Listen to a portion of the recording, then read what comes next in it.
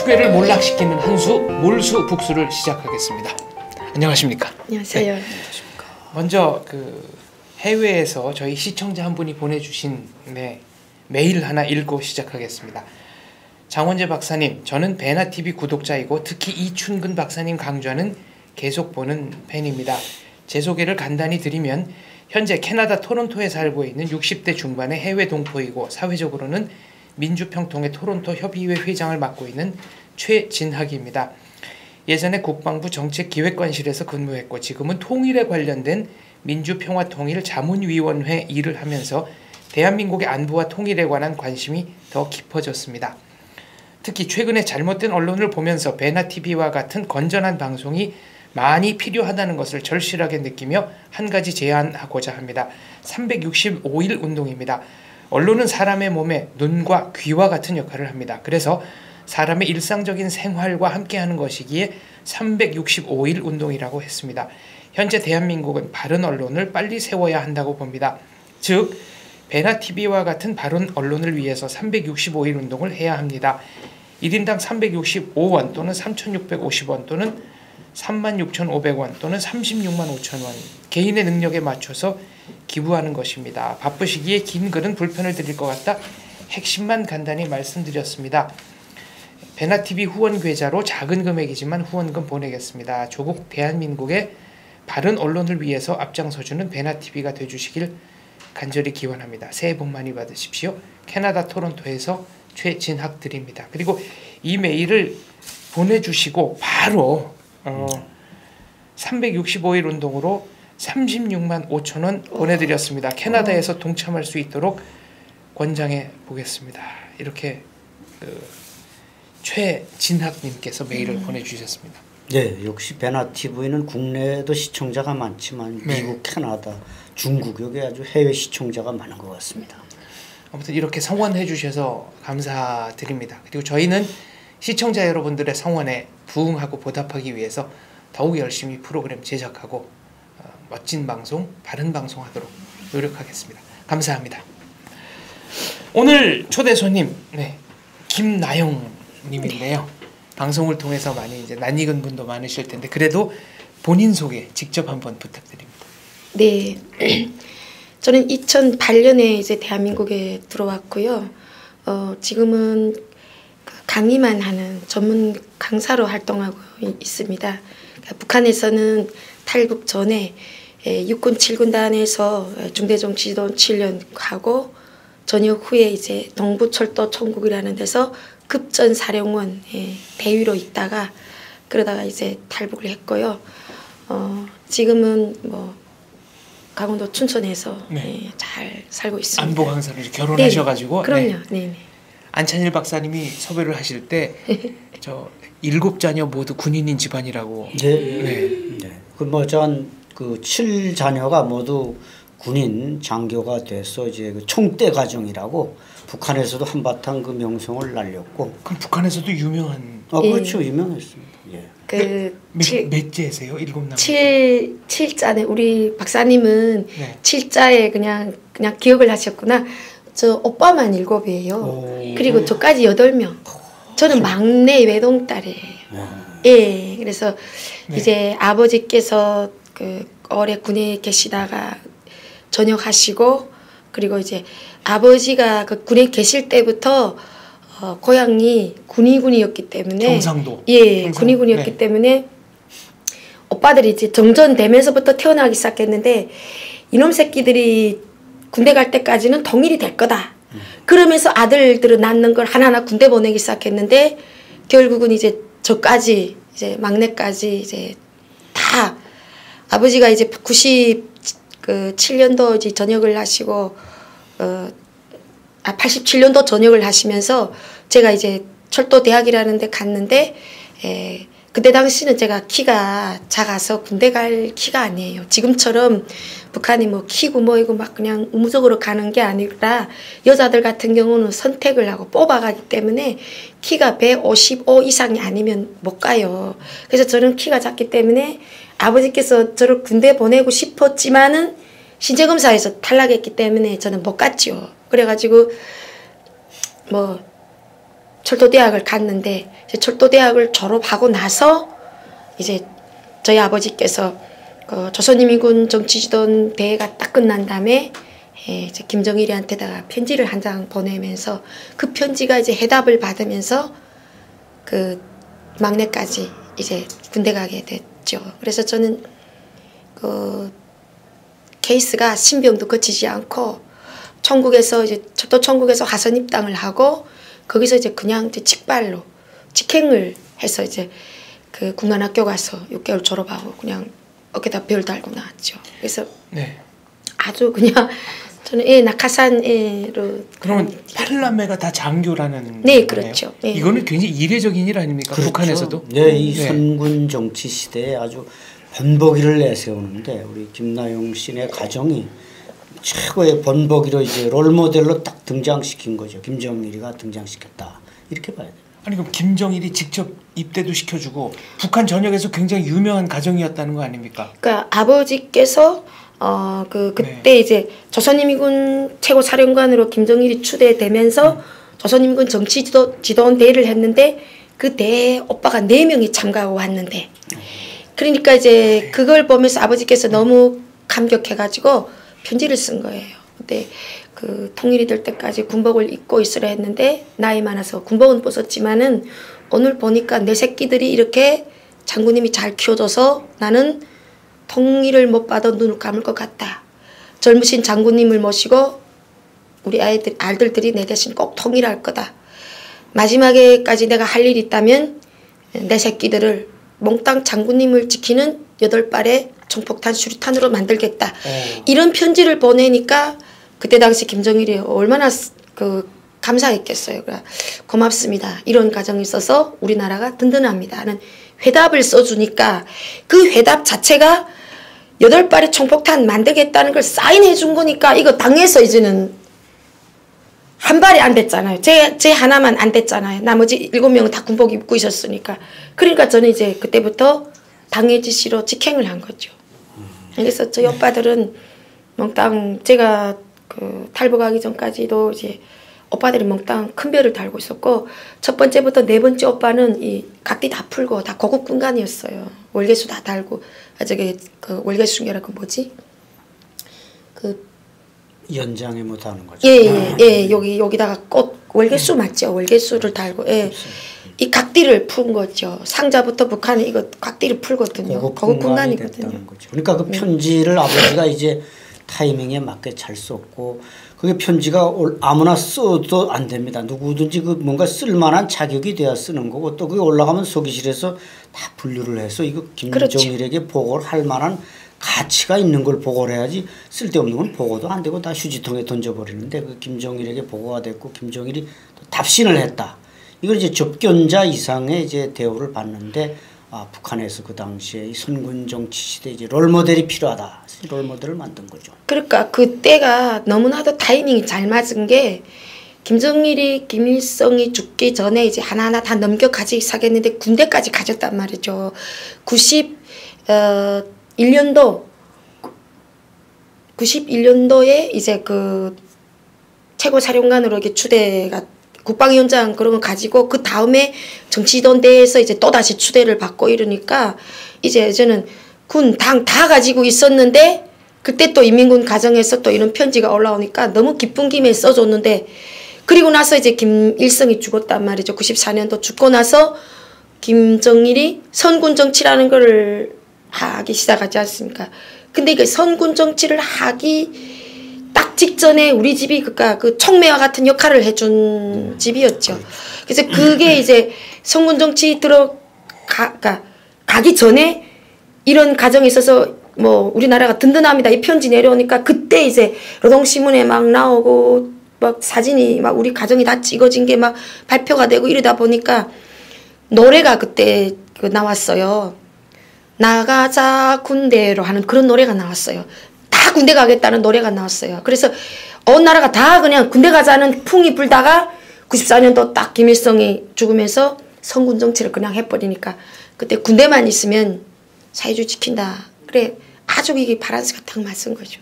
네, 그러면 북한 전역에서 이렇게 유명한 분인데 상징적인 인물인데 탈북을 하신 거네요. 예. 왜 하셨어요? 그러니까 저는 지금 생각해 보면은 그때 당시 내가 그런 선택을 한 게 얼마나 옳았는가 하는 생각을 많이 하거든요. 제가 이제 탈북할 수밖에 없었던 거는 그런 아버지께서 97년도에 돌아가시는데 마지막에 저한테 이제 유언 딱 하시는 게 나보고 여기서 시집 가지 말라는 거예요. 그러니까 제가 전역하고 저는 집에 왔으니까 시집을 가야 될 나이인데 아버지께서 돌아가시는데 딱 그 말씀을 하시는데 너무나도 이상했어요. 어디로 가라냐 하니까 아버지 고향에 가라. 고향은 남조선으로 시집 가라는 소리인데 그래서 저는 우리 아버지가 그 당시 돌아가기 전에 그냥 이 정신까지 제정신이 아닌 줄 알았어. 안 믿었어요. 남조선이 어떻게 시집 가냐. 우리 아버지 이게 제정신이 아니었구나. 우리 아버지는 그런 아버지가 아닌데 이렇게 생각을 했는데 이제 그 이후에 우리 철도 천국에서 어떤 일이 벌어졌냐면은 수송도 중에 그 있는 식량을 훔친 거를 갖다 군수물자 훔친 죄를 뒤집어 씌워가지고 그런 사람을 하나 사형을 했어요. 총살형을 했는데 그걸 이제 철도안전부에서 그걸 죽이는 그 현장을 내가 나가서 보면서 그때 이제 희망이 하나도 안 보이더라. 나는 시집도 가지 말아야 되겠고 여기서 애도 낳지 말아야 되겠고 여자로서 내가 그 다음에 꿈을 꿀 수가 없는 그런 충격을 받았고 그리고 나서 이제 이후에 항장혁 비서가 대한민국 망명온 이야기를 들으면서 이제 그다음부터 가는구나. 이 나라 가는구나. 이제는 나도 헐몸이 때 뛰는 거다. 그래서 제가 이제 시집도 안 가고 그때 혼자일 때 이제 뛴 거죠. 뛰었는데 이제 뛰기 전까지는 부모들이 이제 오빠들이 다 몰랐고 엄마한테만 딱 쪽지 하나 남겼죠. 3일만 네. 돌아가지 않으면 나를 죽었다고 호적에서 빼라고. 이 탈북 스토리는 파란만장할 것 같은데 저희가 아니라 탈탈탈해서 따로 다루는 게 그렇죠. 예. 더 흥미롭게 우리가 들을 수 있을 것 같습니다. 예, 저희가 탈탈탈에 따로 모셔서 탈북 스토리는 듣도록 하겠고요. 군대하고 이제 철도에서 네. 일을 하셨는데 그 얘기를 좀 해주십시오. 예를 들면 북한 군에 있을 때 네. 대한민국 군에 대해서 뭐 들은 얘기가 있을 거 아닙니까? 네. 저는 이제 그 정치 지도원을 했으니까 네. 우리나라를 말하면 전문장교였어요. 매일 2시간째 우리가 정치 쌍학을 또 해야 되고 그 교본이 위에서 이제 다 내려오거든요. 어떤 교육을 하라고. 그러면 우리 지금도 생각나는 게 그냥 남조선 미군만 없으면 남조선은 우리가 쉽게 이긴다. 예. 저 남조선 군대는 고생도 못 해봤고 비겁분자들이고 그 아주 그냥 그니까 싸움하다가 그 총 놓고 달아날 수도 있는 그런 비겁한 부대, 그러니까 그 군대다 이렇게 배운 거예요. 그러니까 그거를 북한군은 왜 그렇게 주입을 시키냐면은 자체 안에서 사기를 북돋아 주냐고. 싸움하면 이긴다. 그래서 미군 나가라. 미군만 나가면 우리끼리만 붙으면 이긴다. 저 새끼들은 다 겁쟁이들이다. 예. 뭐 이렇게 우리가 강의도 했고 그런 주입을 많이 줘가지고 그때 당시도 저는 그런 줄 알았어요. 남조선 군대는 그냥 헬렐레 군대고 뭐 싸움하면 우리가 이길 것 같고 진짜 그렇게 알고 있었고요. 네. 최근에 네. 군부대 강연을 많이 다니신다는데 네네. 직접 이제 몸으로 비교를 해보니까 네. 어떤 느낌이 드십니까? 처음에는 제가 이제 금방 왔을 때는 군부대 강의하면서 너무나도 그 우리나라 병영이 북한 병영하고 너무나도 다 누릴 거 다 누리면서 하니까 얘들이 정말 저 고생한 애들을 이겨낼까? 이렇게 고생 못한 애들이 저렇게 악조건에서 군복무하는 이 고생한 북한 애들을 이길까? 이런 생각을 많이 했어요. 그리고 그 애들이 이제 그 신병 때 한 40km 행군을 하다가 그때부터 행군이 힘들다 그래서 뭐 30km 되고 20km 됐어요. 네. 지금. 그래서 그 행군을 힘들어하는 거 보면서 야 얘네들 진짜 한심하다. 이거 진짜 내가 그 북한에서 그 했던 대로 이 비겁하고 이거 막 이렇게 생각을 했거든요. 네. 근데 이제 최근에 저기는 제가 딱 봤을 땐 그런 느낌이 확 들었어요. 근데 최근에 이제 한 7년 동안 이제 군부대 이제 강의를 다니면서 그다음에 그동안에 북한이 도발과 대처해서 우리 군이 대응하는 거 우리 부대 이런 걸 보면서 민주주의 국가 군대는 독재 국가 군대하고 다르구나 하는 거 그걸 제가 느꼈거든요. 어떤 게 다릅니까? 시키지 않아도 누가 강요하지 않아도 누가 세뇌를 시키지 않아도 자각적으로 나오는 거. 이게 이제 밖에 있는 우리 국민들하고 북한 국민들하고 비교했을 때도 그것도 나오거든요. 국민성이랑의 민주주의과 국민성은 누가 세뇌시키지 않아도 정치범 시용소한다고 뭐 협박하지 않아도 배급을 안 준다고 뭐 배급표 자르지 않아도 스스로 하는 이 국민성이 군대 안에서도 그게 보이더라고요. 예, 그래서 그리고 그런 국민성, 그러니까 스스로 자발적으로 하는 게 이게 더 무섭다 사실은 강요해서 하는 것보다 예, 그게 무섭다는 걸 알았고 그리고 군부대에 이제 육해공군 다니다 보니까 제일 그러니까 멋진 게 우리나라 공군하고 해군은 북한하고 게임이 안 된다. 아 전력이 대한민국 예, 국군이 훨씬 네, 높다. 그렇죠. 강하다. 장비 기술, 기술. 뭐 정신력도 작년 8월 그 지뢰 도발 사건 때 우리 육군 얼마나 멋있었어요. 지금 해군 공군만 말씀하시면 육군에서 조금 섭섭할 수 있을 것 같아요. 육군은 네. 육군은 제가 이번에 이제 그 박사님 말씀하신 것처럼 그 지뢰 도발할 때 그때 내가 그렇죠. 충격을 받은 거예요. 그래서 그때부터 내가 군부대 강의를 어떤 식으로 해서 애들한테 북한처럼 그냥 이긴다는 그냥 사기를 줘야 되겠다. 목함 지뢰 사건. 예, 그것도 충격받은 거죠. 이거 뭐 애들이 진짜 고생 안 한 애들이 뭐 이런 줄 알았더니 딱 상황이 터지니까 애들이 막 그냥 다 이렇게 자연적으로 네. 막 반납하고 저 어사단 8사단이라 그때 막 난리 났어요. 제가 네, 휴가 다 반납하고 반납하고 결혼 안 한다 하고 미루고 그리고 그냥 죽여버린다고 애들이 막 걸기하고 그거 보고서 제가 그때 강의 다니면서 이제 야 민주주의 국가 무섭구나. 예. 이게 네. 안찬일 박사님도 세뇌를 안 당한 군인 중에 하나지 않습니까? 북한군 복무하시고. 그래도 네. 박사님도 그 세뇌 군에 나가면 다 세뇌 당하니까 세뇌 당하신 거죠. 김나영 시절 똑같이 세뇌 당했다가 그렇죠. 네. 변해버린 거죠. 변해버린 거죠. 그러니까 지뢰 도발할 때 한 가지만 탁 더 얘기를 하면 그때 우리 그 군인들은 그 지뢰가 터질 때 북한이 매설했다 뭐 이런 생각을 못하고 북한군이 지금 공격해 온 걸로 판단했다. 네. 왜냐면 그렇게 판단할 수밖에 없죠. 네. 그런 상황에서도 자기 전우를 얻고 나왔다는 거. 이건 목숨을 내걸었다는 네. 거. 우선 전쟁이라는 건 우리가 전쟁은 안 겪어봤지만 전투는 소규모로 겪어봤어도 총탄이 날아오면 이건 죽고 사는 문제입니다. 그래서 피하고 보는데 자기 전우를 얻고 나왔단 말이죠. 이건 상당히 육군의 그 어떤 대단한 모습을 보여준 겁니다. 그리고 그때 부상당한 장병들이 재활 끝에 이제 다시 군으로 복귀를 했습니다. 네. 멋있죠, 정말. 그런 건 멋있죠. 그리고 젊은이들 사이에서 군 입대 숫자가 이제 확 더 늘어났고요. 북한에서 계급을 아까 이제 보면은 그 중좌라고 그러셨나요? 중위로 그러니까 정치도 제대됐고, 예. 그러니까 중좌가 중위 아니죠. 중좌는 중령이죠. 중좌는 중령. 그러면 중위는 북한 우리나라 똑같죠. 중위는 위관급은 똑같군요. 똑같는데 거기 이제 상위라는 한 단계만 더 들어가 있죠. 북한은 별이 3개가 상위인데 우리는 3개가 대위잖아요. 소위, 중위, 대위 위에 상위가 아니죠. 네. 소위, 중위, 상위, 대위. 그러니까 하나, 네. 둘, 셋, 네 알이 대위인데 우리나라는 3개가 대위잖아요. 그러니까 상위가 그냥 없어지고 그냥 대위인데 북한은 한 단계. 그럼 소좌, 중좌는 이제 똑같아요. 소령, 중령. 령자다 그냥 좌자 그냥 붙여놨을 뿐이지 그냥 서위하고 그냥 별이 올라가는 거 똑같아요. 그러니까 이웅평 대좌는 이웅평 대령. 대령이죠. 그런 거였군요. 네. 안찬일 박사님이 그 김나영 씨 오신다니까 소품을 하나 준비해 달라고 그래서 저희가 이렇게 소품 하나 준비했습니다. 이걸 왜 준비해 달라고 그러신 겁니까? 그러니까 내가 북한군에 나도 있었지만 왔는데 이 곰빵이 모양이 말이죠.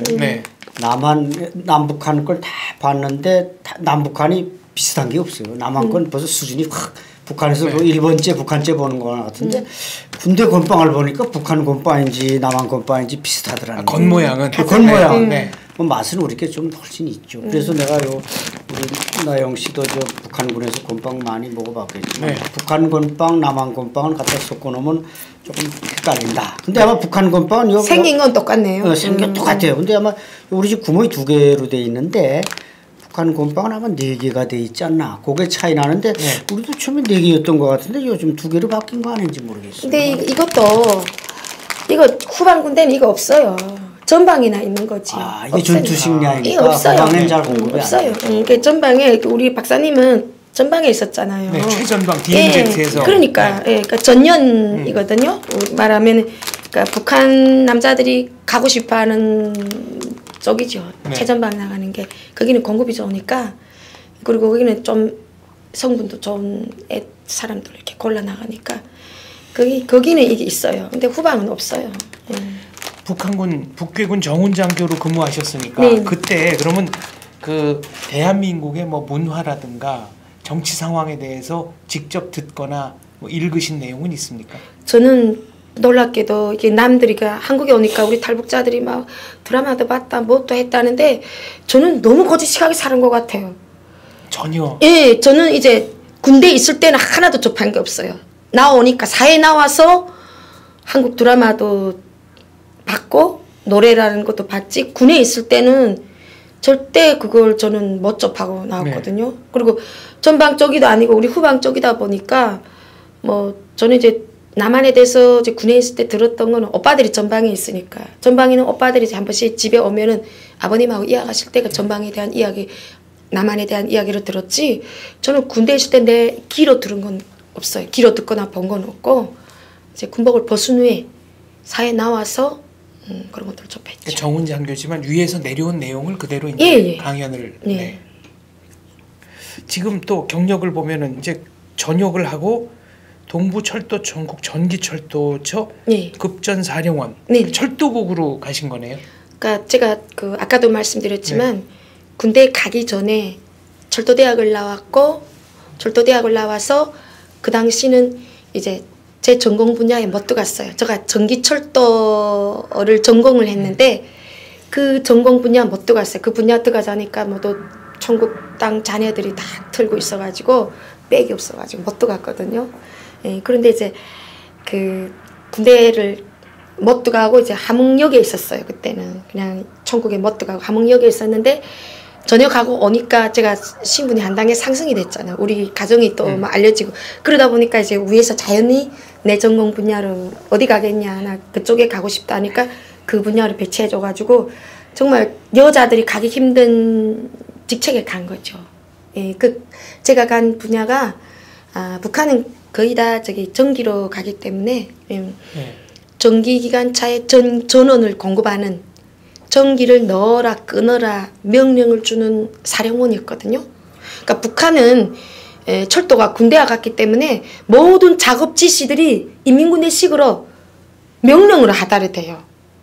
예. 그래서 오늘 만약 함흥에서부터 저기 그 강원도 무슨 지하리 거기까지 우리 구간에 있는 구간을 몽땅 전기를 내가 열어 끊어라 명령을 주지 않으면 이 전기를 엮거나 끊거나 절대 못 하거든요.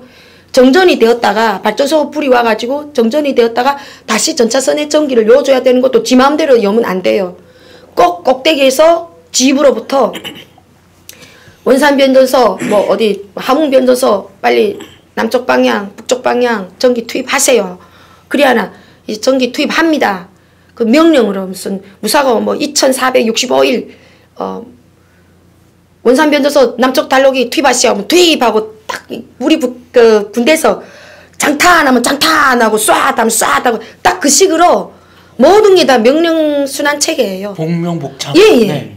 예, 그렇게 해요. 그러니까 이 직업이 무서운 직업이었고 엄청 책임이 있는 직업이었고 왜냐하면은 북한이 철도가 다 전기 먹고 가는데 고난의 행군이 시작되면서 기관차 전기 없어 그냥 끊어지면 그냥 서야 되거든요. 근데 그것도 전기 요거밖에 없는데 이 구간에 지금 많은 기차들이 달리다 섰어요. 그러면 전기 조그마하기 때문에 빨리 보내야 될 차들 먼저 보내야 돼요. 그럼 어떤 차들 보내냐? 사람들이 탄 객차는 놔두고 인민군대 수송하는 식량이라든가 무기라든가 이런 거 먼저 빨리 보내줘야 돼요. 중국에 수출하는 열차에다가 먼저 전기를 넣어줘야 돼요. 그러니까 그런 순서들도 다 있고 그렇기 때문에 이제 그 분야가 엄청 중요한 분야였고 요만큼 실수하면은 진짜 목이 달아나고 엄청난 국가적으로는 손실을 또 안아야 되는 무거운 직책이었죠. 탈북자들 얘기 가운데는 권력이 있는데 먹을 알이 있다. 네, 네. 맞아요. 그러면 이렇게 권력이 막강하면은 먹을 알이 꽤 괜찮은 자리인 거죠, 박사님? 그렇죠. 이 전기라는 게 이제 쭉 설명했지만 네. 그 김다련 부총리 김일성 조카가 92년도 서울도 왔다 갔는데 가서 제2경제위원회 가는 전기를 30%만 일경제로 돌려달라. 네. 그렇게 말했다가 저 함흥 무슨 비난로 공장 저 지배인을 쫓겨가잖아. 그러니까 이 경제라는 건 이제 군수 분야에 네. 가는 전기를 좀 네. 민간 경제로 돌려달라. 일경제는 이제 민간 경제. 그렇죠. 네. 그런데 그 목이 날아났어요. 그 사람이. 근데 이 우리 김나영 씨가 그 사령원이라면은 그 실질적인 그 실권을 가지고 있으니까 내가 볼 때는 뭐 사령관이라는 말을 붙여도 될 정도로 저는 좋은 자리죠. 그 자리가. 그럼 어느 정도로 이제 이런 말하자면 청탁, 뭐 비리, 뭐 이런 게 파워의 들어오니까 크기. 그러니까 고난의 행군이 시작되면서 이제 개인이 막 장사를 막 간부들하고 이렇게 껴고 막 신우주 쪽으로 빵통 장사하는 사람들 막 이런 사람들이 있어요. 근데 이제 그 빵통을 자기네 이제 밀가루로 들여온다 하면은 빵통을 60톤짜리 그 빵통을 지들이 사서 몇 명이 사서 거기에다가 중국 신우주로부터 밀가루를 들여다가 장마당에 풀고 막 이래야 되는 개인 장사들이 시작되면서 개인들이 이 빵통을 60톤짜리를 밀고 올 수는 없잖아요. 기차다 달아서 와야 되잖아요. 근데 오다가 기차가 섰어요. 서면 어떻게? 저거 빨리 와야 되는데 근데 이제 순번 보면은 첫 번째 군수품 빼고 그 다음에 비료 빼고 무슨 저기 중국에 수출하는 석탄 빼고 광물 빼고 막 이러다 보면은 그런 것들은 이제 마지막 순위에 속한단 말이에요. 그럴 때 이제 뇌물 작전을 하는 거죠. 우리 저기 800대 붙어 있는 저기 뭐지 빵통을 우리 1000대다 좀 붙여달라. 그게 뭐냐면은 800대라는 거는 북한에서 이제 열차들이 번호가 있는데 매 역전마다 다 서는 게 800대예요. 완행. 1000대면은 기술력들 큰 역들만 서는 게 1000대예요. 그러니까 1000대다 붙여놓으면 빨리 오잖아요. 그러니까 800대에 붙어있는 저 빵통을 좀 뜯어서 1000대다 좀 붙여달라. 예. 그런 것도 다 철도 기관차 사령 뭐 이런 사령원들한테 다 뇌물 작전을 하기 때문에 그러니까 그런 쪽에서 이제 나는 그거 빵통을 붙이고 뭐 그거는 관계없어. 기관차 사령들이 하는 건데 붙여 놓은 다음에 이제 저 차를 빨리 뽑아야 되겠는데 저기 뭐 민간 차다 늦게 간다 이럴 때는 이제 저 차를 어떻게 좀 빨리 뽑을 수 없냐. 그 구간에 전기 언제 오냐. 그 전기에 대한 건 내가 다 알고 있으니까 거기에서 이제 막 청탁이 막 왔다 갔다 하는 거죠. 좀 뽑아달라. 뽑아주면은 얼마를 준다. 이런 게 있었죠. 그럼 그런 청탁을 꽤 많이 받으셨겠네요. 하루에도 뭐 수시로. 그렇게 많이 받지는 않아요. 그러니까 그런 장사를 하는 사람들이 많지는 않았죠. 진짜 돈 있고 권세 있는 사람들이 빵통 싸가지고 빵통 장사하지. 진짜 대규모 장사. 그럼요. 예. 그것들은 다 간부를 끼고 하기 때문에 높은 사람을 끼고 하기 때문에 흔히 있을 수 없는 일이란 말이죠. 그러니까 그런 청탁이 뭐 한 2달 가다가 어쩐 때 있고. 근데 저는 이제 그 기관차를 그 전기 주는 사람이기 때문에 기관사들하고 연결이 되어 있어요. 기관사들이 이제 청구 급전실에 있다 하면은 기관사들이 내가 기관차에 타도 돼요. 원래 북한은 기관차에 여자를 못 태우거든요. 여자 안 태우는 나라거든요. 그 성차별입니까? 아니면 그러니까 원래 그 돌아가는 게 재수없다 그래. 사고 난다 그러고 여자들은 재수없다. 태우면 안 된다. 이런 게 있어요. 그게 한국도 60년대 70년대는 뭐 택시 예. 첫 손님이 안경 낀 여자 손님이면 뭐 좀 하여튼 그런 식의 좀 말도 안 되는 그래서 네 이런 얘기 있었어요. 50년도 전쟁 때는 뭐 그때는 그 전쟁 시기니까 여자 기관사가 막 전기 기관사가 있고 했는데 북한에 기관사가 여자가 없어요. 비행사는 지금 여자들 막 나오잖아. 기관사는 여자가 없어요. 근데 이제 기관차 같은 것도 거기 역전에 들어온 기관차인데 가서 야 나 어디까지 가는데 좀 타자. 나 급전실에서 나왔어. 그러면 얘들이 꼼짝 못해요. 타라 그래요. 그리고 어떤 때는 이제 기관사들하고 이렇게 알다 보니까 너네 여기 시구 가는 게 뭐지? 세면입니다. 나 저기 신북청 어디 가서 저기다 얼막 좀 부려줘라.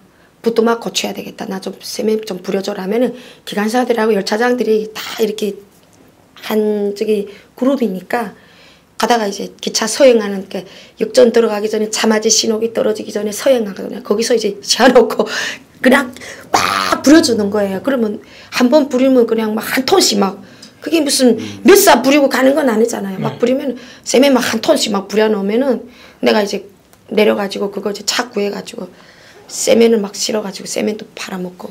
예. 그러니까 일종의 장사. 그렇죠. 네. 그때 그런데 나도 먹고 살아야 되고 나는 뭐 장사하지 못하니까 그런 걸로 해가지고 아버지 엄마를 좀 도와도 주고 예. 그랬죠. 근데 내가 우리 김나영 씨한테 그 자주 만나도 꼭 물어보고 싶었던 거 있어서 네. 못 물어봤는데. 아, 오늘 물어보시면 되겠네요. 베나티브를 통해서 시청자들도 네. 궁금할 텐데 김정은의 그 전용 열차가 이제 중국 방문한다든지 네. 북한 방문할 때도 뭐 위장 열차도 지나가고 네. 뭐 하잖아요. 그 다 우리 사령실에서 뭐 네. 배차하고 다른 그럼요. 열차 멈추고 그 얘기 좀 잠깐 좀 경호상 어떻게 네. 하는지 아마 위장도 하고 그런 것 같은데 궁금해요. 저기 그 김정일, 김일성 있을 때 이제 특별 열차라면 편성이 3개 다녀요. 3개 같이 다니는데 어디 누가 탄지 몰라요. 똑같은 편성이 다녀요. 차가 와야 그냥 색깔도 너무 이뻐요. 초록색깔 쫙 이쁘고 흰 줄 쫙 치고 근데 커튼도 아주 그냥 잘랄한 그냥 완전 그런 커튼을 치고 다니는데 주로 보면 이제 우리 함흥 같은 경우 이렇게 지나갈 때 보면 밤에 많이 지나갔는데 위에서 열차 사령이 그 꼭대기에서 이제 그 미리 알려줘요. 미리 알려주면 이제 그 이런 게 또 막 행적이 알려지면 위험하니까 이제 열차 사령이 이제 한 5시간 전에 몇 시 어디를 통과한다 몇 천대 딱 이러면은 그가 그때 당시 이제 열차 번호라는 것도 다 비밀이니까 몇 천대 하고만 몇 천대 그러면 이제 1호 열차구나 우리가 아는 거죠. 그러면은 그 구간이 몇 시 통과하는데 몇 시까지 가야 되는 열차다 하면은 그 가는 구간에 있는 차들 몽땅 다 세워놔야 돼요.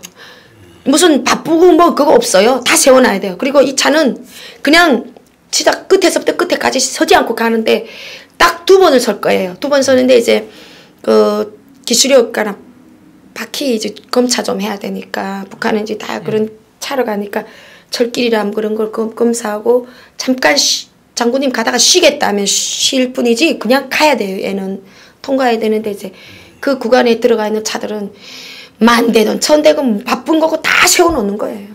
그리고 그 열차가 우리 천국 관내를 지나간다 할 때는 우리 천국에서 이제 1호 행사 동원되는 사람들이 딱 있어요. 천국 그 철도 일꾼들 속에서 뭐 이 회사에 무슨 300명이 있다면은 한 100명 정도는 선발된 사람들이 1호 열차 지나갈 때 호위하기 때문에 나와서 그 행사 보장해야 되는 사람들이 다 있어요. 그럼 이제 어느 구간에 몇 시 지난다면은 그 구간에 다 나와서 기차 지나가면 10m 간격으로 다 그 철길에 딱 서 있고 그 구간에 있는 그 주민들이 불악이 있는 그런 그 통과할 때는 해당 경찰서 안전원들이 몽땅 보안원들 몽땅 나서 권총 차고 딱 그 지나가는데 다 서 있어야 돼요. 근데 그렇게 경호를 하는데도 네. 김정일 때였죠. 네. 용천역에서 폭발 2004년도. 사고가 네. 2004년에 났고요. 그게 김정은이 타고 가는 열차랑 40분인가 45분밖에 시차가 안 났죠. 네. 글쎄 그렇게 네. 알려줬죠. 그 비밀은 뭡니까? 글쎄 뭐 우리 김나영 씨한테 물어봐야죠. 그때 이제 소문은 이제 김정일이 그 중국 방문하고 들어오는 걸 노려가지고 폭파하기로 했는데 그게 이제 시간 타임이 안 맞아서 장군님 열차 딱 지나간 다음에 지나간 다음에 그게 터졌다 이런 소리 들었는데 훗날에 이제 그거를 그 북한 당국이 설명을 뭐라고 했냐면은 한때는 그게 이제 인민들 속에서 소문난 걸 저거는 암살 시도를 한 거다 이렇게 소문나는데 훗날에 이제 천국에서 우리 그런데 회의를 했어요. 근데 뭐냐 전차선이 그러니까 이게 그 역전에서 신우주 들어오기 영천이라는 역전에서 자가리를 하다가 그러니까 이제처럼 객차를 그러니까 화차를 편성하는데 이제 여기 것 뜯어서 여기다 달고 여기 것 뜯어서 바쁜 거 같이 함을 달아서 편성을 하는 그런 자가리를 하다가 그 전차선이 이제 그 여기 기관차 여기 전기하고 여기 쓸리고 가는 집전기가 있거든요. 이 집전기하고 전차선이 쓰리면 불꽃이 막 나요. 불꽃이 왜냐면은 나면은 전차선이 이 동선인데 이게 막 다르면은 계속 쓸리고 가다 보면 동이니까 다른단 말이에요. 다르면은 이게 홈이 막 생겨요. 이렇게 그러면 홈이 생기는데 이게 윤활하지 못하면 가다가 이제 쓸리면서 불꽃이 다다다닥 떨어지거든요. 예. 근데 그 불꽃이 차가 이제 자가리하고 그 왔다 갔다 하는데 질산 암모늄인지 무슨 비료를 실은 객차를 물고 기관차가 왔다 갔다 이거 여기다 붙일까 저기다 붙일까 자가리 하다가 여기서 집전기에서 불꽃이 바다다닥 떨어져 가지고 이 비료에 질산 암모늄이 다 폭파했다 이렇게 소문이 났어요. 근데는 여러 가지 설이 많더라고. 꽃제비 애들이 그 영촌에 그러니까 신우조에서 저기 중국 쪽에서 양식들이 식량들이 많이 들어오니까 그 영천이라는 역전이 이제 거기 자가리 하는 그 저기 역전이기 때문에 식량을 좀 훔치자고 그 역전에 들어가서 새꼬쟁이로 이 빵통 쑤셔보고 저 빵통 쑤셔 이게 옥수수인가 밀가루인가 쑤셔보다가 그 이제 애들이 겨울에는 다 밖에서 자는 애들이라 불을 넣고 그래서 밤새껏 불 쪼이고 막 이러다 그 새꼬쟁이 막 뜨거운 거 있잖아요. 이 뜨거운 새꼬쟁이 가지고 여기 쑤셔보고 저기 쑤셔보고 가다가 이제 그게 또 비료 있는 데를 또 터뜨렸다 이런 두 가지 설이 나더라는데 제 생각에도 암만 해도 그거는 북한을 안정시키기 위해서 한 소문 같고 저는 그게 아만 해도 그런 암살하기 위해서 뭔가 어떤 조직이 네. 활동했을 것 같은. 그때 이제 어떤 소문이 돌았냐면은 암살 기도설이 하나 있었고 두 번째는 그 열차 안에 시리아 출신 핵과학자들이 있어서 이스라엘의 모사드가 공작한 거다라는 설. 그 두 가지가 이제 그때는 소문으로 굉장히 떠돌았었죠. 그렇죠. 그리고 이제 그때 북한이 그 2004년 그 사건 나서부터 그 북한에서 핸드폰이 그때 초기에 이제 사용되기 시작했는데 핸드폰 사용을 일단 중지시키고 핸드폰 사용이 그때 상당히 좀 그 좀 밀렸단 말이죠. 못 쓰게. 네. 그거 보면 뭐 그때 뭐 서철 그때 이제 이미 죽은 사람이죠. 서철 그 부주석의 아들이 이제 상당히 좀 고위층이 있는데 이런 몇몇이 김정일을 제거하기 위해서 그런 모의를 꾸몄다. 이런 설도 있고 어쨌든 뭐 어느 게 진실인지는 언젠가 밝혀지겠지만 설이 좀 많았습니다. 아까 그 주신 명함에 보면은 전기철도처 대위. 네. 이게 군에서 운영하는 건 아니지 않습니까? 아니에요. 근데 왜 대위 계급장을 다는 거죠? 북한은 이제 그 김일성이 해방이 돼서 철도 보안대를 모체로 해서 이제 인민군을 만들기 시작했어요. 보안대를. 그래서 그때부터 철도 보안대를 시작해서 군을 만들다 보니까 북한 철도는 좀 그 뿌리가 군대하고 연결이 되어 있어요. 그리고 그 모든 체계를 그러니까 철도가 나라의 신경이기 때문에 군처럼 통제를 안 하면은 이 인민경제가 다 마비가 되니까 제일 그 독재를 하면서 군 통수권처럼 이렇게 해야 하나 빈틈없이 이 인민경제 선행관이 앞서 나가니까 그러니까 사람으로 말하면 그 피를 공급한다는 거예요. 철도가. 그러니까 그게 군대처럼 만들지 않으면은 그 통제가 안 되니까 초기부터 어쨌든 그런 시도가 있었는지 모르겠지만 북한은 철도가 군대예요. 군대. 그러니까 정복 색깔만 다르고 모든 그냥 저기 직급이라든가 직책이라든가 그다음에 시스템이 딱 군대처럼 움직이고 그게 아침에 모여서 독보하고 회의하고 하는 것도 다 군대하고 똑같아요. 그리고 처벌을 받아도 이제 그러니까 군대에서 이제 내가 만약 뭐 이제 저 책임을 지고 뭐 감옥 간다 해도 아주 그냥 그러니까 군대 영창처럼 아주 심하게 처벌을 인간인하고 다르게. 그러니까 열차를 타면 대위지만 뭐 소좌도 있고 중좌도 있고 또 밑에 그저 표 검사하는 뭐 철도원 여성들은 군대 하전사처럼 뭐 하사 중사 딱 복장이 그냥 군대 비슷하지만 색깔만 다른 이런 사람이 올라와서 하니까 위험도 있고 그런 여러 가지 이유가 있죠. 거의 뭐 군대나 마찬가지네요. 마찬가지죠. 그러면은 군대에 있을 때하고 철도국에 있을 때하고 생활 환경이라든가 뭐 부대 환경 이런 건 좀 차이가 있습니까? 그건 차이 있죠. 군은 이제 뭐 거기서 주는 밥에 주는 훈련에 그다음에 뭐 안 되면 우리끼리 훔쳐서라도 네. 뭐를 먹어야 되지만은 이제 철도에 오니까 철도는 그 이제처럼 인민경제 선행관이기 때문에 이 사람들 굶기면 안 돼요. 그래서 합숙해서 군 다음에 배급이 나왔고 그리고 그 외에 모자라는 걸 내가 이제처럼 막 비리해가지고 가정도 막 도와줄 수도 있고 막 이랬잖아요. 군대하고 환경이 다르죠. 군대가 뭐 장사를 하겠습니까? 뭐 하겠습니까? 우리는 없으면 훔치는 것밖에 없지만은 이 철도는 있는 사람들끼리 이렇게 해가지고 이제처럼 막 뇌물 주고받고 그거를 이제 충당하다 보니까 네. 군에 있을 때보다 철도가 더 살기는 좋았죠. 저는 요것도 한번 네. 여쭤보고 싶었는데 경원선 이제 남북 연결 네. 한다고 했을 때 북쪽 철도 실사를 나간 분들이 네. 뭐 북한 철도는 일제 시대 때 쓰던 침목이 아직 깔려 있고 맞습니다. 예. 지반도 물러서 통일되면 거의 새로 놓다시피 네. 해야 될 거다. 저는 이제 그 우리나라 와서 이제 통일 후에 이제 철도 개건에 대한 그런 이제 세미나도 가고 했는데 제가 봤을 때는 북한 철도는 이제 우리가 이렇게 통일이 된 다음에 저 다 드러내야 돼요.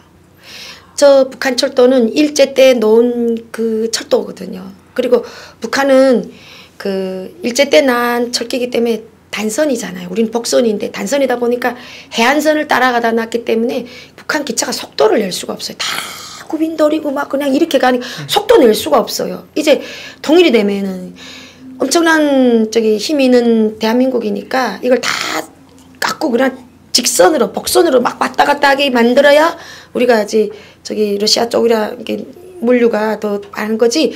지금 있는 철도로 놓고는 꾸불꾸불하고 해. 물매가 있고 올라갔다 내려갔다고. 그 북한 보면은 요 바닷가 기슭을 따라 쫙 가거든. 동해안은 그렇게 우리나라 지도 보면 이렇게 막 꾸불꾸불하고 속도 낼 수가 없어요. 그래 토끼띠미라 그래요. 토끼처럼 그냥 예. 그렇기 때문에 그 선도 이제 직선으로 만들어야 될 거고 그 다음에 그 집안들 이제 침목들 이게 다 일제 때 어떤 데는 나무 침목이 있어요. 그게 다 일제 때 놓은 거잖아요. 옛날에는 있었죠. 응. 나무 침목. 나무 침목이 어떤 데도 있어요. 네. 어떤 데 있는데 이제 고난의 행군이 시작되면서 이제 뗄기 힘든 사람들이 침목을 막 빼서 왜냐면 그게 불을 오래 타. 그 침목이 기름에다 자꾸만 잠가 놓기 때문에 네. 거기에다가 또 고난의 행군이 또 어떤 일이 벌어졌냐면은 파철, 파동 이런 것들이 식량하고 바꿔서 그게 값싼 물건이 되다 보니까 인민들이 배가 고파 죽겠는데 뭐 철도겠으면 철도고 철길이겠으면 철길 그거 관계없어요. 사람 배고프면 미치니까 그걸 끊어요. 그 철길에 그 나무에다가 박아놓은 못이 있잖아요. 네. 그걸 가서 다 이게 지릿대로 못이 하나가 지금 한 500g 되거든요. 그거만 몇 개만 뽑아도 파철이 되니까 그걸 이제 밤에 나가서 막 이렇게 뽑다 보니까 그 철길하고 이 침목하고 고정시켰던 이 못이 없다 보니까 기관차가 달리다 보면은 갔더나 전기도 없는데 물매는 또 물량은 또 가득 붙여놔서 엄청난 그 힘들게 많이 묶어가지고 다니다 보면 그 철길이 이제 뜬단 말이에요. 달리는데 이 고정이 안 됐기 때문에 철길이 뚝 뚫면 차가 바람이 나는 거예요. 뚝 떠서 그냥 전복이 되는 거예요. 그래서 아이고. 그런 사고들이 정말 많이 났어요. 통일 이후에 다시 한번 생각해봐야 되겠네요. 도로, 철도. 그렇죠. 뭐 네. 인프라의 산업, 그건 그 다 간접 땄어야 시설을 철도, 항만, 도로 이걸 다 리빌딩해야 되는데 그래서 그게 단지 그 소모가 아니라 우리가 거기 투자하면 그만큼 네. 또 돌려주기 그러니까. 때문에 크게 걱정할 필요는 근데 없습니다. 생각보다 쓸만한 게 없다는 얘기네요. 지금. 없죠. 그리고 내가 봐도 저는 이제 전기철도를 전공해서 전기화하는 구간들에도 나가보고 저 그런 거 있는데 워낙 우리가 이제 철도를 넣으면 우리나라처럼 복선으로 막 왔다 갔다 해야 하나 이게 물량이 빨리 나갔다 들어갔다 하는데 다 선이 하나니까 그러니까 이쪽에서 갈 땐 저쪽에서 그냥 서서 그러니까 요 선이 하나니까 오고 가고 다 이 선 이용하니까 네. 그러니까 이제 차들이 다 서 있어야 되는 거. 얘 여기 나갈 때는 너는 오다가 여기 서 있어. 얘 간 다음에 와. 그럼 얘 가고 또 얘 나오고. 그러니까 역전마다 다 비껴주고 비껴가고 그래서 북한은 역전이 그러니까 우리나라처럼 막 그냥 통과하고 막 이렇게 쓸모없는 그런 게 없어요. 다 그냥 비껴주고 서주고. 그러니까 이 선을 꾸불꾸불한 거 이제 직선으로 쫙 피고 역전돌조도 없애고 이렇게 하려면은 이제 꾸불꾸불한 데다 어디 복선 놓습니까? 그러니까 이제 쫙 양쪽이 평행으로 달리게 하자면은 이 길을 옛날에 있던 거를 저는 이제 다시 해야 될 구간들이 엄청 많다. 꾸불꾸불한 데는 다 갖다 직선으로 펴놔야지. 그래야 복선할 거 아닙니까? 대한민국 국민들이 언뜻 이해 못하는 점 중에 하나가 평양에서 청진이면 이제 북한의 제2도시 아닙니까? 근데 기차로 이게 3박 4일 걸린다. 이걸 이해를 못합니다. 그렇죠. 그러니까 서울, 부산 가는데 빨리 간다고 가는데도 3박 4일 걸리는 거랑 똑같은 거지 않습니까? 맞습니다. 왜 그렇습니까? 그게 이제처럼은 두 가지 다 철도로 다 이용하잖아요. 북한은 자가용도 없으니까 다 몽땅 기차로 운영하는데 거기 이제 이제처럼 전기 사정이 있고 그다음에 두 번째 기관차 사정이에요. 북한이 기관차들이 다 이제 노후가 되어가지고 그 기관차들이 한번 수리 들어가면 최소 3개월이거든요. 기관차 정비하는데. 근데 우리 천국에 이제 기관차가 천국별로 기관차 보유 대수가 다 달라요. 북부 천국 몇 대, 동부 천국 몇 대. 그리고 이 기관차들은 우리 천국 들어오는 편성들은 우리 천국 기관차가 물고 우리 천국을 달려주고 북부 천국 갈 땐 북부 천국 애들이 와서 이 편성을 또 이 애들이 달고 얘들이 가고 이래야 돼요. 근데 여기까지 평양에서 떠나서 동부천국까지 들어왔는데 동부천국이 이 차를 물 견인기가 없어. 다른 거는 막 바쁜데 여기 동원되고 여기 동원되고 30대 바뀐데 수리는 몇 대 들어가 있고 몇 대가 지금 다 뛰는데 달 게 없어. 그러면 여기 우리 천국 들어와서 이제 평안도 저기 서부천국 기관차가 달고 왔으면 얘는 여기까지 와서 자기 임무 끝났기 때문에 뜯어가지고 다른 편성 물고 자기네 천국 가요. 그럼 이 편성은 우리 천국 기관차가 달고 가야 되는데 기관차 없으면 그냥 견인기 없는 채로 그냥 서 있는 거예요. 아니 기다려요? 기다려야지. 승객도 다 기다리고. 다 기다려야죠. 그러니까 북한이 철도가 전기 없어서 못 가는 경우 두 번째는 견인기가 없어서 견인기가 올 때까지 그냥 서 있어요. 그럼 뭐 합니까 승객들은? 승객도 그냥 기차에서 먹고 그냥 자고 그냥 거기서 이제 사람 그 의자도 막 이렇게 다 앉아서 편히 가는 게 아니고 꽉 차서 그냥 90명 타야 되는데 막 300명, 400명 한 빵통이 타니까 그 사람들이 이제 화장실이 두고 뭐 이거 다 타 있단 말이에요. 그 사람들이 서면은 기차 딱 내려서 봤는데 기관차 머리가 없어. 그러면 이 차이 또 행방 없구만. 그러면은 거기 사람들이 거기 기차칸에서 찢고 서 있을 필요가 없잖아요. 내려가지고 그 밑에다 돗자리 피고 그냥 막 누워 자요. 철도 사람들 보고 아니 전기 언제 옵니까? 철도 사람들 우리도 몰라요. 그 사람들 몰라요. 우리도 몰라요. 우리도 몰라요. 다 이래요. 기관차 저 머리가 언제 옵니까? 우리도 몰라요. 그럼 사람들 행방 없다는 거 하고 그 북한 사람들은 다 배낭에다가 도중 식사, 비닐방막, 마대 뭐 이런 거 다 갖고 다녀요. 펴고 그냥 거기서 쉬다가 이제 기관차 한 부씩 하나 온다 하면 그때 다 거두고 이제 다 또 발아 올라가는 거죠. 지붕에 올라갈 사람 올라가고 화장실이 내 자리 들어갈 사람 들어가고. 근데 화장실이 또 명당이라고 들어가는 사람이 있다면서요? 화장실이 7명 8명 들어가요. 네. 7명 8명 들어가는데 화장실 같은 경우는 어떤 사람들 들어가냐면 짐이 많잖아. 막 보따리 많은 뭐 이런 보따리들이 들락날락 못하니까 저리 승강대 오르면서 화장실에다가 자기 짐 넣고 차지하는 거예요. 거기다 네. 자리 잡는 거예요. 그러니까 짐들이 사가지고 그거 들어갈 수가 없어요. 그래서 북한은 기차가 가다가 서면은 그 기술역 같은 경우는 한 10분 서거든요. 그 10분 설 때 그 역전이 그냥 화장실이 되는 거예요. 다 내려서 거기다가 싸고 뭐. 예. 근데 그래 망신스러운 거 몰라요. 우리는 부끄러운 거 몰라요. 글쎄, 내가 어떤 탈북민한테 들었는데 이제 김나영 씨는 뭐 다 체험한 거겠지만 그 열차 서니까 쌀 지고 가던 거 들고 민간 불화에 가서 밥해 먹고 돌아왔는데도 열차가 안 간다는 거. 그러니까 뭐 몇 시간 그러니까 3박 4일 걸린다는 말이 맞고 또 이제 화장실 얘기도 했지만 화장실에 짐 싸놓고 딱 지키는 사람들은 그 벗어났다간 자리 뺏기니까 근데 젊은 처녀들도 들어와서 그 화장실에서 뭘 봐야 되는데 나가달라는데 안 나간다는 겁니다. 그래도 내리고 봐야 된다는 겁니다. 눈 감고 있으라 그러고 내리고 본다. 그러니까 이게 완전히 그냥 비극의 집합체가 열차. 창피한 것도 모르고 그냥 부끄러운 것도 없어요. 어쩌거나 사람이라고 생리적으로 그 참지 못하는 데도 그렇죠, 있고 그렇죠. 이거 그거 쌀라갔다가 차 놓치면 찜이고 뭐이고 다 잊어먹는데 그까 그렇죠. 사활이 걸렸기 때문에 맞아. 그냥 내 늘을 언제 또 만나냐. 그러고. 아저씨 돌았어요. 손님 돌았어요. 이게 북한의 제일 큰 도시와 두 번째 도시를 연결하는 게 이 정도면 다른 데 가는 거는 뭐 말도 아유, 못하는 다 똑같아요. 정지는 그래도 멀잖아요. 네. 함흥까지 오는 것도 다 이제 막 3박 4일 막 오고 황해도에서 저기 북쪽도 가는 건 보통 보름이 걸리고 보름이 걸려버리고. 그러니까 참 사고도 그러면 안전 사고도 뭐 예. 그러니까 어떤 사고들이 나냐면은 기차가 이제 며칠 만에 들어오던 북쪽으로 들어가는 게 역전마다 손님들 기다리다 차가 저기 오다가 정전되다가 저 차가 들어온 다음에 그 저 차에 그동안 역전에서 기다렸던 사람들이 다 몰린단 말이에요. 그러면 창문으로도 타야 되고 막 승강대는 막 짐 다 쌓아놔서 문도 안 열어줘. 그럼 지붕 꼭대기도 올라가야 되고 하다 보니까 지붕 꼭대기 기차 지붕 꼭대기 올라가면 80cm가 전차선이에요. 1m도 못 돼요. 네.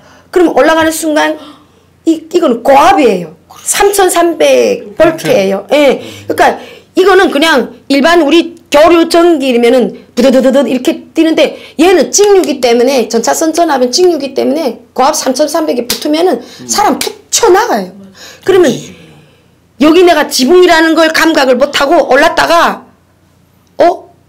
내려야 되겠네? 나 뭐 화장실 가야 되겠네? 이러다가 생각 없이 훌 일어났다가는 그냥 요 머릿결이 요만한 간격이라도 쳐버려요. 그냥 닿아서 치는 게 아니라 이건 깡전이라 이만한 간격이라도 확 불어버리는데 그런 사람이 하나 떨어지면 내가 그걸 자목역전에서 직접 봤거든요. 떨어진 거 봤는데 사람이 여기를 어떻게 맞았는데 전기가 쳐가지고 여기로 나갔어요. 배로 나갔는데 사람 저까 딱 떨어졌는데 이 몸체가 그냥 하수도 구멍처럼 구멍이 이만큼 났고 이 안에 내장 있잖아요.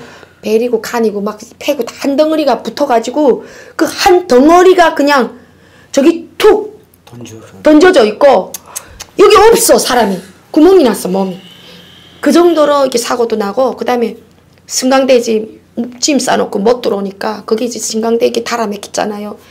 터널 같은 데 지나가다 보면은 터널은 바깥보다 여기 좁단 말이에요. 구조물이니까나 터널에 있는 여기 그 전차선 애자들 있어요. 이렇게 애자 전련시키는 애자들인데 지나가다가 딱 부딪히면 그냥 거기에 부딪혀가지고 막 떨어져서 죽고 그 다음에 또 어떤 일이냐면은 차들이 너무 복잡하니까 바퀴에 기관차에 바퀴에 그 위에 대차함이라고 있어요. 나무로 만들어놨는데 거기에 이제 뭐 기름걸레도 이어놓고 뭐 또 하는 그런 차량하는 애들이 이어놓는 도구인데 그 안에 이제 애들이 다 들어가요. 대차함에 바퀴 있고 여기 뭐 차 멈춰 있는 요 바퀴 옆에 대차함에 애들이 들어가거든요. 애들이 왜 꽃제비 애들 같은 경우는 힘 없으니까 차 못 타니까 그 함에 들어가 있단 말이에요. 근데 그런 함에 들어가 있는 애들이 이제 차가 섰다 뭐 나오겠다 그러다가 막 차가 움직여서 막 그리고 그 차량 연결 여기 거기 서 있다가 또 많이 네. 덜컹거려서 예 맞아요. 네. 예, 그런 것도 있어요. 차가 이제 그 북한은 이제 전기가 고르럽지 못하잖아요. 예, 높았다 전압이 막 그냥 높았다 낮았다 막 이러다 보니까 막 달리다가도 좀 막 이렇게 그러다 보니까 차가 어떨 때 싱 하고 했다가 또 이렇게 막 이렇게 돼요. 당겼다 그러다 보면 이제 연결에 여기에 서 있는 사람들이 쑥 당겼을 때 구멍이 푹 나잖아요. 그럼 이제 발이 막 찢고 딱 빠졌는데 다시 또 차가 이렇게 와. 그러면 발목이 막 끊어지고. 그런 말도 있잖아요. 사람 북한에서 살리겠어요. 철도는 인터넷이다. 그러니까 그나마 그렇게 다니면서 서로 소식을 전해준다. 네. 어때요? 그 소식통도 간에 뭐 좀 재밌는 것도 있고 그럴 텐데. 그러니까 뭐 다니다 보면 이제 기차 타면은 그 주변에 있는 사람들하고 이제 한 3일 동안 가면 같이 그렇죠. 가족처럼 간단 말이죠. 근데 이제 그런 정보들이 다 제공이 되는 거예요. 저는 이제 항장협에서 망명한 것도 기차를 통해서 들었고 그게 소식이라는 게 그래. 인터넷이. 국경 쪽에서 탄 사람이 그 벌써 국경 쪽 장마당에서 듣고 기차 타가지고 어머나 항장님도 갔대요. 뭐 이러면 기차칸에서 막 퍼뜨리기 시작하면 거기서 방방곡곡에 서로 온 사람들이 다 나르는 거죠. 해산은 쌀 가격이 얼마인데 신우주는 얼마입니다. 아 얼마 차이네. 그러면 해산 장마당 뭐에 쌉니까? 신우주는 뭐에 비쌉니까? 거기서 이제 품목들을 또 선정할 수도 있고.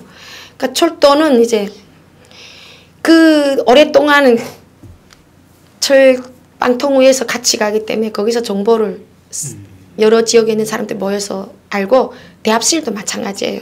차가 오지 않으니까 거기서 밤새 그 차 기다리다 보면 서로가 평양 아줌마 뭐 어디 아줌마 거기 같이 가니까 친구가 된단 말이에요. 왜냐하면 화장실 갈 때 내 짐 좀 봐줘요. 내 짐 좀 봐줘요. 이러다 보니 친구가 그렇죠. 된다면. 네. 그러다 보니까 뭐 정보 다 교환이 되고. 뭐 밥도 좀 뭐 같이 갈라 먹기도 하고. 네. 네. 알겠습니다. 얘기를 듣다 보니까 끝이 없는데요. 얼마 전에 읽었던 해외 토픽 하나 소개하고 다음 회로 넘어가겠습니다. 북한에서 그 러시아로 그 기관차 수리를 맡겼는데 이게 54년 모델이라 네. 이거 박물관에 기증을 좀 해주면 안 되겠느냐. 예, 러시아에서 전 세계에서 54년 모델이 아직 운행하고 있는 건 이게 유일한 것 같다라는 얘기를 했다는 겁니다. 더 많은 얘기는 다음 회에서 찾아뵙겠습니다. 감사합니다. 배나TV 최신 영상 알림을 받으시려면 이쪽 구독하기 버튼을 꾹 눌러주세요. 후원은 계좌이체, CMS, 휴대폰 결제, 페이팔 통해서 하실 수 있습니다. 광고를 끝까지 시청하시는 것도 후원에 도움이 됩니다. 더불어 채널 멤버십에도 꼭 가입해 주시고 실시간 방송 채팅 참여도 많이 해주세요. 열심히 하겠습니다.